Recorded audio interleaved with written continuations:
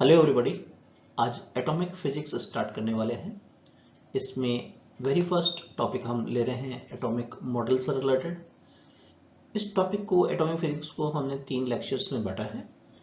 First of all आज के lectures में हम डिस्कस करेंगे models of atom, Dalton's theory जो स्टार्टिंग थ्योरी है, थॉमसन एटॉमिक मॉडल थोड़ा सा डेवलपमेंट डाल्टन्स थ्योरी में, फिर रदरफोर्ड का एक बैक थ्रू डेवलपमेंट और इसके बाद में बोर्स एटॉमिक थ्योरी होगा। फाइन, तो चलिए शुरू करते हैं। First of all Dalton's atomic theory, ये ठीक है सक्सेसफुल नहीं रही लेकिन इट इज इंपॉर्टेंट क्योंकि यही एटॉमिक थ्योरी थी जिसने का फर्स्ट अटेम्प्ट था सारे मैटर्स को एटम्स और उसकी प्रॉपर्टीज से डिस्क्राइब करना, तो इट इज इंपॉर्टेंट। ये थ्योरी बेस्ड थी law of conservation of mass पर और लॉ ऑफ कांस्टेंट कंपोजिशन पर। डाल्टन्स मॉडल को सॉलिड स्फीयर मॉडल भी कहते हैं क्योंकि इन्होंने माना था कि सारे मैटर्स होते हैं स्फीयर्स जिन्हें एटम नाम दिया गया उनसे मिलकर बना है। ये बॉलिंग बॉल मॉडल कहते हैं। तो मैं इस थ्योरी के मेन बैक थ्रूज देख लेते हैं, पोस्टुलेट्स देख लेते हैं। 4 पोस्टुलेट्स में बांटा गया है इसे। वेरी फर्स्ट है all matter is made of atoms. कोई भी मैटर है वो एटम से मिलकर बना हुआ है और वो एटम होता कैसा है, इंडिविजिबल, उसको डिविजिबल नहीं कर सकते हम, और इनडेस्ट्रक्टिबल, उसको नष्ट भी नहीं कर सकते, तोड़ा भी नहीं जा सकता, उसको नष्ट भी नहीं किया जा सकता। This is the hypothesis postulate of the Dalton theory. ये सारे का सारा जो कोई भी मैटर होगा वो एटम से बना होगा और एटम कैसा होता है, उसको तोड़ नहीं सकते हैं और उसको नष्ट नहीं कर सकते हैं, राइट। ओके, फिर all atoms of a given element are identical. किसी एक एलिमेंट के जितने भी एटम्स होते हैं वो एक जैसे होते हैं, किसमें, मास में और प्रॉपर्टीज में। लेकिन कंपाउंड्स होते हैं वो तो बहुत सारे एलिमेंट से मिलकर बने होते हैं। तो compounds are the combination of the 2 और more different types of atoms, तो उसमें डिफरेंट टाइप्स ऑफ एटम्स काम करेंगे, राइट। फिर केमिकल रिएक्शन के बारे में बताया डाल्टन ने कि वो बेसिकली होता है rearrangement of atoms, right.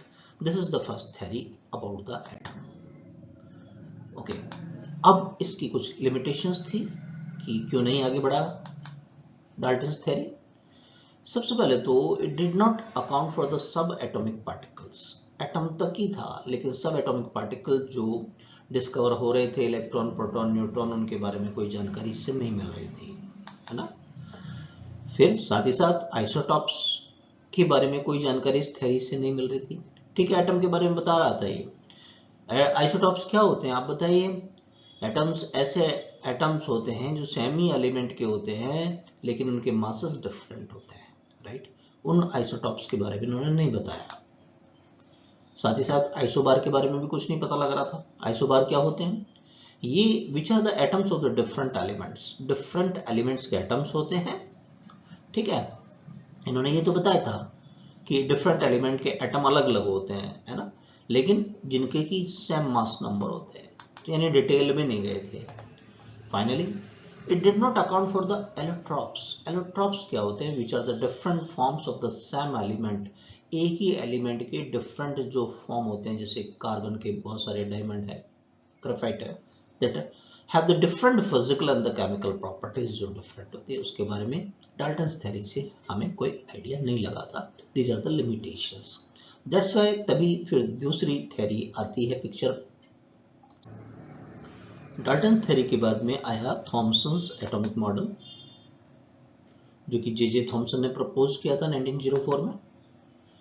Actually ये एक इंपॉर्टेंट काम किया था। इन्होंने सब एटॉमिक पार्टिकल, फर्स्ट सब एटॉमिक पार्टिकल को डिस्कवर किया था जो इलेक्ट्रॉन था, जो एटॉमिक स्ट्रक्चर के लिए इंपॉर्टेंट एक पार्टिकल था, जो डाल्टन थ्योरी में नहीं पता लग रहा था जिसके बारे में, इसलिए फेल हो गई थी वो। अब थॉमसन का मानना ये था कि इनके क्षेत्र में एक मिठाई होती है जैसे पुडिंग, राइट, वो पूरी मान लिया, उन्होंने ये मान लिया कि एटम पूरी तरीके से पॉजिटिवली चार्ज होता है और उसमें प्लम्स जैसे तरबूज में बीज होते हैं वैसे इलेक्ट्रॉन्स जगह जगह लगे रहते हैं। क्या, एक बॉल मान लीजिए, मिठाई मान लीजिए, वो पूरी की तरीके से पॉजिटिव चार्ज है, उसमें बीच बीच में जैसे तरबूज में बीज लगे रहते हैं वैसे इलेक्ट्रॉन्स लगे रहते हैं ये एटम का एक मॉडल दिया थॉमसन साहब ने, राइट। अब इनके कुछ बेस्ड पोस्टुलेट थे इस पर, तो उसको देख लेते हैं क्या कहा इसके बारे में इन्होंने। An atom consist of A positively charge sphere, पूरा एक स्फीयर कैसा है, पॉजिटिव चार्ज है, और इलेक्ट्रॉन एम्बेडेड है, जैसे हमने एक्सप्लेन किया तरबूज में बीज होते हैं, ऐसे बीच बीच में लगे रहते हैं, वो इलेक्ट्रॉन्स होते हैं बीच में, ऐसे नेगेटिवली चार्ज इलेक्ट्रॉन। फिर electrons are evenly distributed throughout the atoms, है ना, पूरी तरीके से, ऐसा नहीं कि बीच में ही है, सेंटर में ही है ना, या बाहर ही है, पूरी तरीके से यूनिफॉर्मली डिस्ट्रीब्यूटेड होता है electron through out the atoms.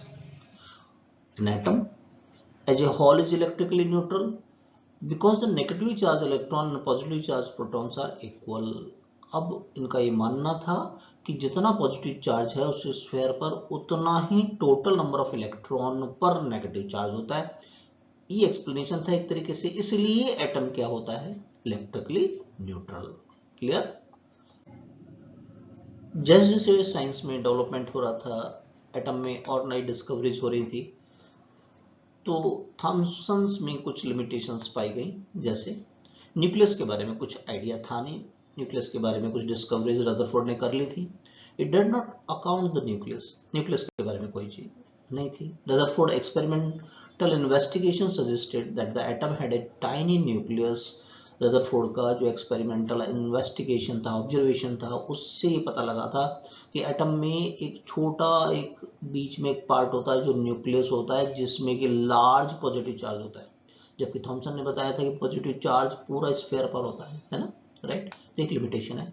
फिर साथ ही साथ मोजले शोड द एक्सपेरिमेंटली, मोजले ने एक्सपेरिमेंटली शो किया that the nuclear positive charge is very close to the atomic number, right. तो ये एटॉमिक नंबर के बहुत क्लोज होता है न्यूक्लियर का पॉजिटिव चार्ज। इसके बारे में it did not account for stability of the atom. अब स्टेबल क्यों है एटम, इसके बारे में कुछ नहीं पता लग रहा था इससे। एटम के बारे में रदरफोर्ड की एक इंपॉर्टेंट डिस्कवरी सामने आई, जो कि एक बड़ा ब्रेक थ्रू था एटम के लिए, दैट इज द न्यूक्लियस। कि पॉजिटिव चार्ज होता है बेसिकली न्यूक्लियस में मौजूद रहता है, एक सेंटर्ड रहता है, और उसके चारों तरफ इलेक्ट्रॉन रोटेट करते रहते हैं। चलिए इसके बारे में और जानते हैं अपन।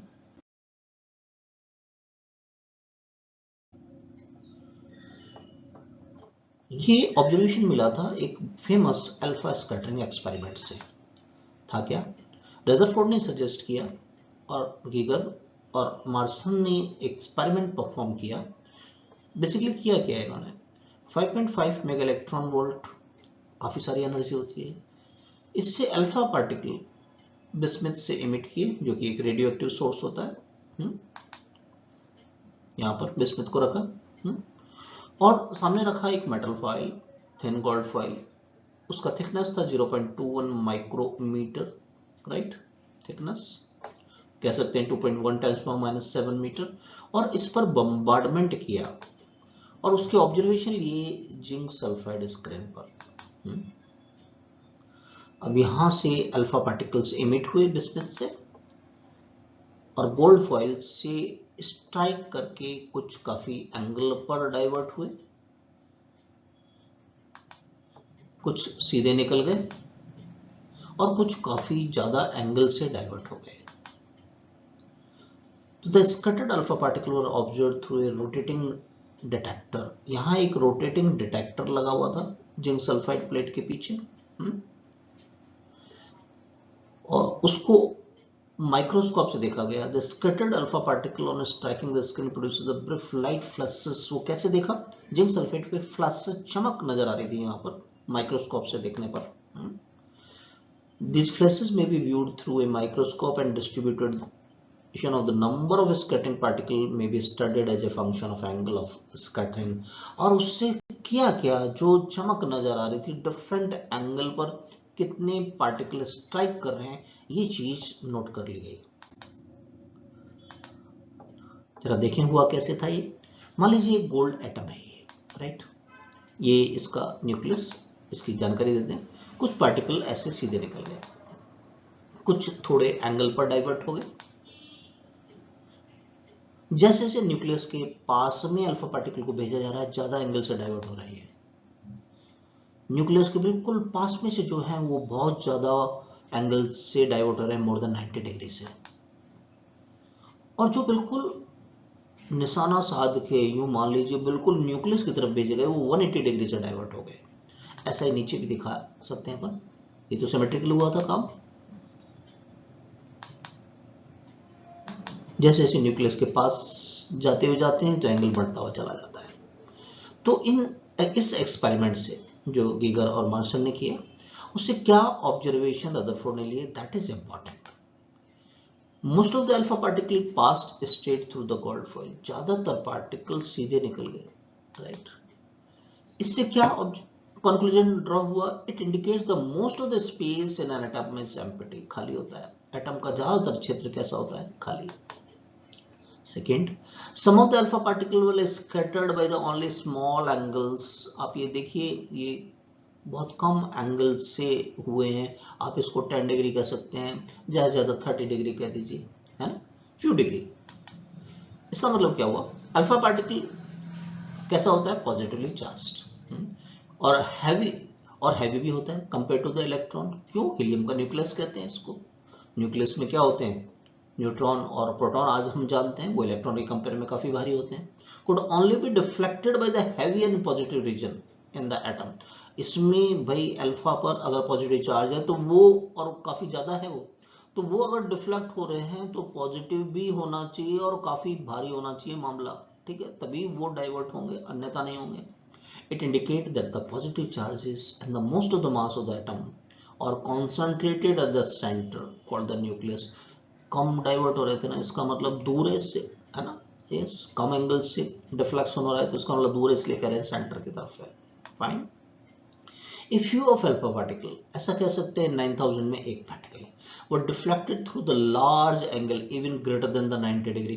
जैसे मान लो 120 डिग्री है और ये तो 180 से जा रहा है, राइट।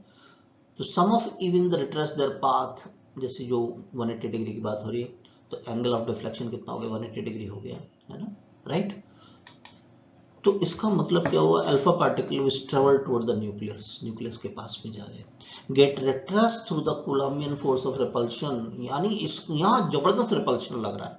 इसका मतलब सारा का सारा कहाँ सेंटर्ड है, न्यूक्लियस में है ना, and ultimately come to rest, थोड़ी देर के लिए मोमेंटरी रेस्ट में आता है और fly of in opposite direction और दोबारा चला जाता है। समझ में आई बात। तो अल्टीमेटली इनको कुछ इंपॉर्टेंट आउटकम्स में अपन ले लेते हैं कि रदरफोर्ड ने क्या पोस्टुलेट किया इससे। The entire positive charge and most of the mass of the atom are concentrated in the nucleus. Nucleus की एक तरीके से डिस्कवरी हो रही है। Of the size 10⁻15 to 10⁻14 metre, कितनी दूरी पर वो, है ना, मोमेंटरी रेस्ट में आया था, उससे डिस्टेंस पता लगी थी 10⁻15 to 10⁻14, 180 डिग्री पर दोबारा से चला गया था ना, तो न्यूक्लियस के कितना नजदीक तक आया था, उससे न्यूक्लियर साइज का आइडिया लग गया था, right. The electron would be moving in orbit of radius 10⁻10 metre, ये काइनेटिक थ्योरी से पहले पता लग चुका था। About the nucleus just at the planet do around the sun. ये रदरफोर्ड ने फिर ये बात बताया कि इलेक्ट्रॉन जो दूर 10⁻10 मीटर के रेडियस में रोटेट करते हैं, वैसे रोटेट करते हैं जैसे कि सन के चारों तरफ प्लेनेट, सन मान लो उसके चारों तरफ प्लेनेट रोटेट कर रहे हैं, तो न्यूक्लियस में हो गया पॉजिटिव चार्ज, उसके चारों तरफ इलेक्ट्रॉन ऐसे रोटेट कर रहे हैं जैसे कि प्लेनेट कर रहे हैं, है ना। रदरफोर्ड का मॉडल है। Most of the space of the atom is empty, सारा ज्यादातर क्षेत्र खाली है इसका। कैसे कि भाई इलेक्ट्रॉन तो 10⁻10 मीटर में और न्यूक्लियस का साइज है 10⁻15, तो देखिए काफी डिफरेंस आ गया। कितना डिफरेंस आ गया, 10⁻4 to 10⁻5, है ना। तो most of the space of an atom empty because the electrons are at a distance 10⁻4 to 10⁻5 times the size of nucleus. वो इलेक्ट्रॉन इतना दूर होते हैं, इसका मतलब तो खाली है, इतना क्षेत्र खाली है इसका। यस, बिल्कुल ठीक बात है। माइक्रोस्कोप से जो फ्लैशेस देखा था, नंबर ऑफ पार्टिकल, कितने एंगल पर कितने पार्टिकल्स डाइवर्ट हो रहे हैं, राइट। तो उससे ग्राफ प्लॉट किया स्कैटर्ड एंगल और नंबर ऑफ पार्टिकल के बीच में, तो वो ऐसा मिला तो इससे पता लग रहा है, देखिए जैसे जैसे एंगल बढ़ता हुआ चला रहा है, नंबर ऑफ स्कैटर्ड पार्टिकल कम होते हुए चले जा रहे हैं। और इस ग्राफ से पता लगा कि number of particle scattered proportional होते हैं 1/sin raised to power 4 θ/2 के। थीटा क्या है? Angle of scattering. अब न्यूक्लियस का साइज का कैसे पता लगा था? डिस्टेंस ऑफ क्लोजेस्ट अप्रोच भी जिसे कहते हैं, कि ये गोल्ड का एटम, ये इसका न्यूक्लियस। देखिए जो आपने बिल्कुल सीधा न्यूक्लियस की तरफ अल्फा पार्टिकल भेजा था, तो वो चलता हुआ चला जाता है, काइनेटिक एनर्जी कम होती हुई चली जाती है, और एक इंस्टेंट पे मोमेंटरी रेस्ट में आता है और दोबारा लौट के चला जाता है। तो ये जो डिस्टेंस है, ये सेपरेशन जो है, ये न्यूक्लियस के रेडियस का, साइज का आइडिया दे रहा है हमको। ये बस यहीं तक जा पा रहा है ना, इसके बाद नहीं जा पा रहा है, और इसको हम डिस्टेंस ऑफ क्लोजेस्ट अप्रोच भी कहते हैं। तो when the distance between the alpha particle and the nucleus is equal to the distance of closest approach, जिसको R0 करें, उस जगह पर मोमेंटरी एक थोड़े इंस्टेंट के लिए रेस्ट में आ जाता है पार्टिकल। इस पॉइंट पर kinetic energy of alpha particle completely convert into the electrical potential energy of the system. System बोले तो अल्फा और न्यूक्लियस की पोटेंशियल एनर्जी में कन्वर्ट हो जाता है। या मोमेंटरी रेस्ट में आ गया तो काइनेटिक एनर्जी जीरो हो गई। तो law of conservation of energy apply कर दें कि kinetic energy is converted into electrical potential energy. Potential energy का फॉर्मूला क्या होता है इलेक्ट्रोस्टैटिक में? देखा अपन ने, K Q1 Q2/R। तो Q1 अल्फा पार्टिकल पर कितना न्यूक्लियस होता है? किसका? हीलियम का। 2 प्रोटॉन 2 न्यूट्रॉन होते हैं, तो 2 प्रोटॉन पे कितना होगा? 2E। और गोल्ड या जो भी टारगेट है आपका, एटॉमिक नंबर Z है, तो इसके न्यूक्लियस में कितना होगा? Ze। ये R0 है, राइट। ये क्या है? Kinetic energy ½mU²। Alpha particle की वेलोसिटी है U। तो R0 की वैल्यू हम यहाँ से ऐसे निकाल सकते हैं।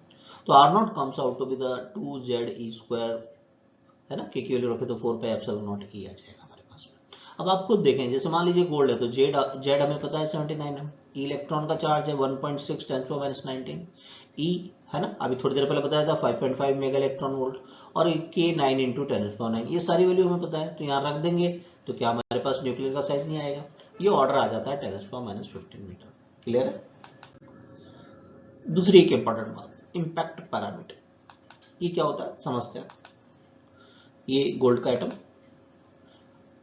अल्फा पार्टिकल को आप न्यूक्लियस की तरफ भेज रहे हैं, एटम की तरफ भेज रहे हैं, तो हमने देखा डिफरेंट डिस्टेंस पर डिफरेंट स्कैटरिंग एंगल होता है, राइट। तो ये डायरेक्शन है इनिशियली, ये स्कैटरिंग हो रहा है इसका, और किसी एंगल से स्कैटर्ड हो गया है थीटा, राइट। तो ये जो इनिशियल डायरेक्शन ऑफ मोशन है, ध्यान दीजिए, ये यू की लाइन, ये डॉटेड लाइन, और ये न्यूक्लियस की लाइन, इनके बीच का जो सेपरेशन होता है, इसको क्या कहते हैं? इंपैक्ट पैरामीटर कहते हैं। दोबारा समझें, न्यूक्लियस के सेंटर से एक लाइन हमने प्लॉट कर दिया, और initial direction of motion of alpha particle, वो अल्फा पार्टिकल कितनी दूर से जा रहा है, वो कहलाता है इंपैक्ट पैरामीटर, राइट। तो हम कैसे डिफाइन कर सकते हैं? The perpendicular distance of velocity vector, इस वेलोसिटी वेक्टर का perpendicular distance of the alpha particle from the centre of the nucleus. ये सेंटर ऑफ न्यूक्लियस से लाइन खींची हमने, येलो, है ना। When it is far away from the nucleus is known as the impact parameter। जब nucleus से दूर है, ऑफ कोर्स जब ही इम्पैक्ट पैरामीटर की बात करते हैं अपन। ओके, ये एक्चुअली थीटा के साथ में E = kz² cot θ/2 से प्राप्त होता है हमको। आप याद रखें नहीं रखें, कोई फर्क नहीं पड़ता इससे, लेकिन क्या चीज याद रखना है, यदि हम B यहाँ से फाइंड करना चाहें तो ऐसा आ जाएगा। ये थीटा पर किस तरह के डिपेंड कर रहा है, ये थोड़ा सा आप याद रख लीजिएगा, बाई चांस काम में आ जाए। तो B प्रोपोर्शनल टू cot θ/2, है ना। रदरफोर्ड ने तो ये सारी कैलकुलेशंस की थी, राइट, कि इम्पैक्ट पैरामीटर cot θ/2 के प्रोपोर्शनल होता है। इससे हमें क्या ऑब्जर्वेशन मिल रहा है, वो फिजिक्स हमें समझनी है, right. B proportional to cot θ/2। देखिए, ये एक्चुअली स्कैटरिंग को एक्सप्लेन करेगा कि पार्टिकल्स दूर जा रहा है तो कम एंगल से जा रहा है, पास में है तो ज्यादा एंगल से स्कैटर हो रहा है, ये हो कैसा रहा है, ये बता रहा है ना। मैथमेटिकल एनालिसिस है। अब सोचो कि जो पार्टिकल दूर जा रहा है, B अगर लार्ज है, B लार्ज है तो cot θ/2 भी लार्ज होगा, यस और नो। cot θ/2 लार्ज है ना, राइट। तो जो थीटा है उसका, वो तो कम होगा। कि टेन थीटा, भाई थीटा बढ़ता है, टेन थीटा बढ़ता है, तो टेन थीटा बढ़ेगा तो कॉट थीटा तो कम होगा ना, ये सुनो। तो इसका मतलब अगर कॉट थीटा ज्यादा है तो इसका मतलब थीटा कम होगा। तो इससे हमें क्या कंक्लूजन ड्रॉ हो रहा है कि alpha particle travelling far away from the nucleus suffer the small deflection. जो अल्फा पार्टिकल न्यूक्लियस से दूर की तरफ से जाएंगे उनमें डिफ्लेक्शन एंगल कम होगा। क्लियर बात है, देखा है। फिर for small value of the B cot theta by 2, B छोटा है तो ये भी छोटा होगा, ये छोटा होगा थीटा बड़ा होगा, तो थीटा स्कैटरिंग एंगल लार्ज होगा। तो जो न्यूक्लियस के पास में, ध्यान दीजिएगा, बी कम, क्या कंक्लूजन रहा होगा इससे? Alpha particle travelling close to the nucleus suffer the large deflection.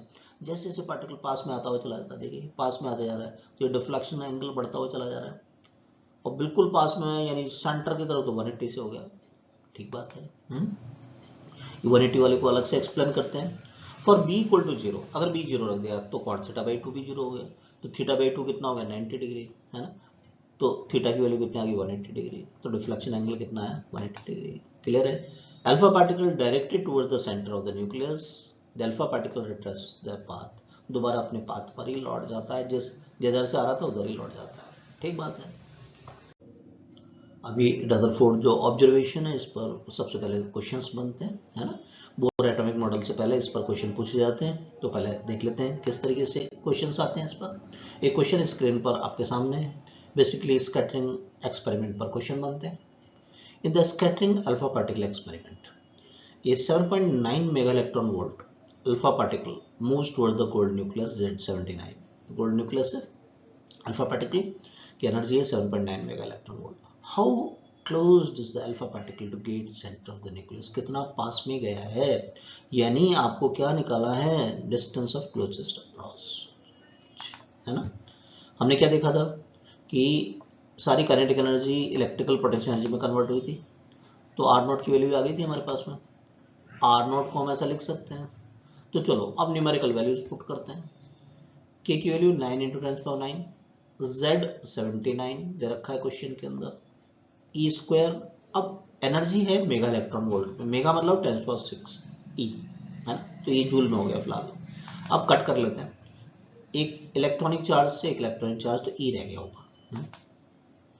7.9 से 79 को कट करेंगे तो 10 आ गया, राइट। 10⁶ को 10⁹ से कट करेंगे 10⁻3, थोड़ा सा इजी हो गया इक्वेशन। तो क्या रह गया अब हमारे पास? 2, 9, 10⁻3, 10 और एक ई। क्लियर है, सबको इकट्ठा कर ले। 9 2 18, ये 10⁴, और अब हमने इलेक्ट्रॉन का चार्ज रख दिया, राइट। 1.6 को 18 से मल्टीप्लाई कर लेते हैं, 28.8, और 10⁴ और 10⁻⁻19 कितना होगा? 10⁻⁻15, राइट। तो इसको लिख सकते हैं 28.8 फर्मी मीटर। 10⁻⁻15 मीटर को क्या कहते हैं? Fermi metre. क्लियर है। नेक्स्ट क्वेश्चन पे चलते हैं। If scattering particles are 56 for 90 degree angle, then this will be at 60 degree angle is, तो हमें बताना है कितने पार्टिकल्स हैं जो 60 डिग्री के एंगल पर स्कैटर्ड होंगे। याद करो n किसके प्रोपोर्शनल था? 1/sin⁴ थीटा बाई 2 के। क्लियर बात है ना। तो यहाँ दो इक्वेशंस बना सकते हैं अपन, n2/n1 कर ले, इनवर्सली प्रोपोर्शनल ना, तो ऊपर θ1 आएगा, नीचे θ2 आएगा, राइट।